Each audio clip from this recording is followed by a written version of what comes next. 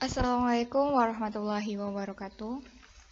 Sebelumnya perkenalkan, nama saya Rani Nuraini dari Prodi Matematika Angkatan 17 Universitas Ahmad Dahlan. Di sini saya akan menjelaskan mengenai uji lanjut BNT, beda nyata terkecil atau LSD, Least Significant Difference. Uji BNT adalah salah satu uji lanjut yang diperlukan jika uji ANAFA menunjukkan adanya beda signifikan antar perlakuan. Jadi, jika hasil pada uji ANAFA hanya memberikan indikasi atau informasi tentang ada tidaknya beda antara rata-rata dari keseluruhan perlakuan, namun belum memberikan informasi tentang ada tidaknya perbedaan antara individu perlakuan yang satu dengan individu perlakuan lainnya. Atau biasanya, kesimpulan akhir dari uji ANAFA hanya menunjukkan H0 ditolak atau diterima. Pada uji lanjut, ini merupakan kasus khusus di mana H0 ditolak.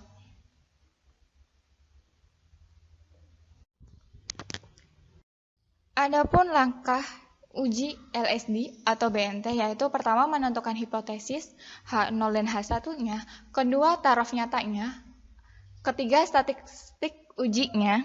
Di sini kita menggunakan tabel distribusi T. Lalu kriteria keputusannya, di mana nilai mutlak dari rata-rata perlakuan ke I dikurangi rata-rata perlakuan ke I aksen kurang dari BNT, maka H0 ditolak. Berikut adalah contoh soal, di mana suatu penelitian dilakukan untuk mengetahui pengaruh persentase kandungan parasetamol dalam obat penurun panas terhadap waktu yang diperlukan untuk menurunkan panas dari 39 derajat Celcius menjadi 30 derajat Celcius. Untuk keperluan ini telah dipilih secara acak 25 penderita sakit panas dengan suhu 39 derajat Celcius dari usia yang hampir sama dan tanpa keluhan sakit yang lain. 25 pasien tersebut dibagi menjadi 5 kelompok dan masing-masing kelompok terdiri dari 5 orang. 5 orang tersebut diberi obat penurun panas dengan persentase kandungan parasetamol tertentu. Berikut data tentang waktu dalam jam yang diperlukan oleh pasien tersebut sampai dengan panas badan turun menjadi 30 derajat Celcius. Pada uji ini kita menggunakan tabel ANAFA yang sebelumnya, di mana yang menyatakan bahwa H0 ditolak. Di sini kita menggunakan atau memerlukan derajat bebas galat, kriteria tengah galat.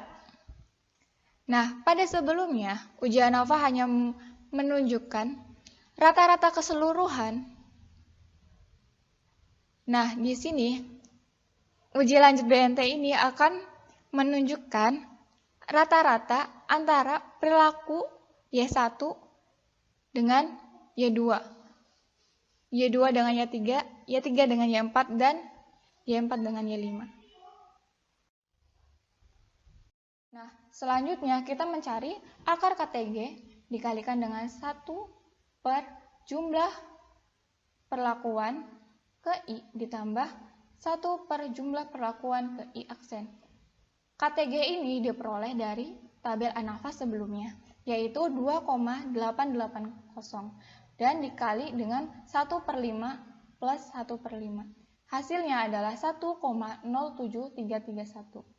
Nah, jadi diperoleh BNT-nya adalah 2,086 dikalikan dengan 1,07331 yaitu 2,2389.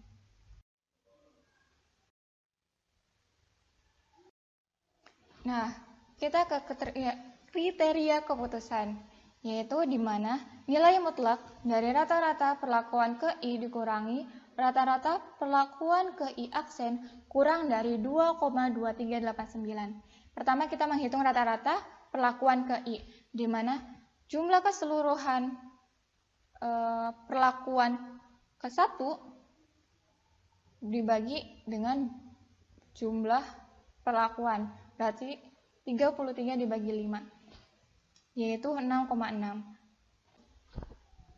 Kita ke kriteria keputusan, di mana Y1 rata-rata perlakuan ke-1 dikurangi rata-rata perlakuan ke-2 sama dengan nilai mutlak dari 6,6 dikurangi 7,8 sama dengan 1,2. Lalu rata-rata perlakuan ke-1 dikurangi rata-rata perlakuan ke-3 yaitu sama dengan mutlak 6,6 dikurangi 5,2 sama dengan 1,4. Begitu seterusnya sampai rata-rata perlakuan ke-4 dikurangi rata-rata perlakuan ke-5 sama dengan nilai mutlak dari 4,0 dikurangi 2,8 sama dengan 1,2. Perhatikan tanda bintang, di mana tanda bintang ini menunjukkan bahwa ada beda yang signifikan.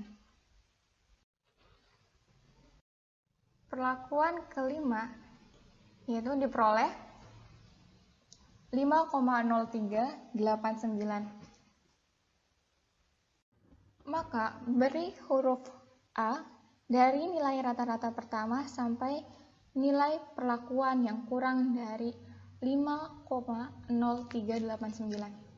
Pada kasus ini,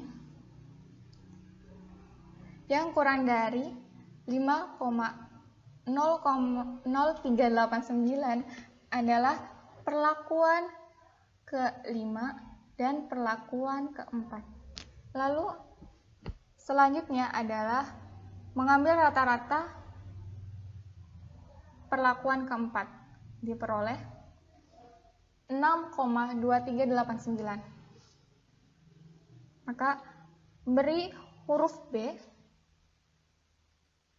dan dari nilai rata-rata perlakuan yang kurang dari 6,2389. Pada kasus ini adalah rata-rata ke-4 dan rata-rata ke-3.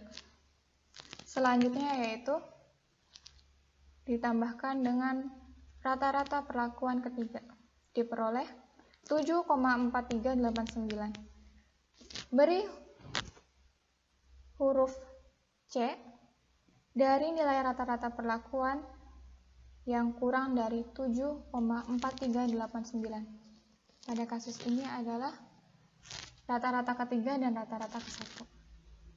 Selanjutnya adalah BNT ditambahkan dengan rata-rata ke-1, yaitu diperoleh hasil 8,8389. Beri huruf D dari nilai rata-rata perlakuan yang kurang dari 8,8389. Pada kasus ini adalah rata-rata pertama dan rata-rata kedua. Setelah diperoleh hasil seperti ini, kemudian urutkan kembali perlakuan sesuai dengan urutan awal, yaitu perlakuan ke-1, ke-2, ke-3, ke-4, ke-5. Nah, kita memisalkan bahwa rata-rata pertama adalah mu1, rata-rata perlakuan kedua adalah mu2, dan seterusnya. Nah, dari data di sini kita peroleh bahwa mu1 sama dengan mu2. Kenapa mu1 sama dengan mu2? Perhatikan bahwa huruf yang di atas ini menunjukkan bahwa mu1 dan mu2 tidak memiliki beda yang signifikan. Lalu mu1 tidak sama dengan mu4. Kenapa? Perhatikan pada mu1 yaitu dan mu4, di mana menunjukkan bahwa ini menunjukkan beda yang signifikan. Begitu pula yang lainnya. Sampai dengan mu4 sama dengan mu5. Dan mu3 tidak sama dengan mu5. Cukup sekian penjelasan atau pemaparan dari saya. Mohon maaf apabila banyak kata-kata yang salah. Sekian dan terima kasih. Wassalamualaikum warahmatullahi wabarakatuh.